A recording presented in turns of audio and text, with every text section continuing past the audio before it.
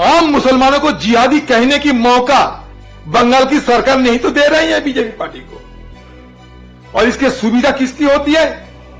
TMC मतलब सत्तारूढ़ party को और बीजेपी को। देखिए, बीजेपी की अपना मकसद तो अलग है, आप जानते हैं।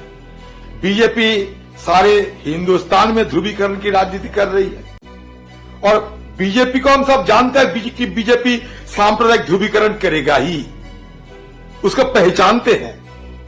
लेकिन जो ढोंग करती है ना बंगाल की मुख्यमंत्री, ये जो ढोंग करते हैं, जो सामने एक आवरण रख रही है कि वो सेकुलर है, लेकिन उसका ये धजिया भी निकलने लगी।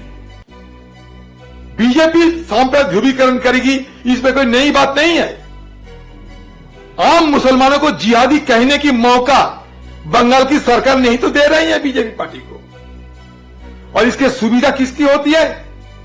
टीएमसी मतलब सत्तारूढ़ पार्टी को और बीजेपी को।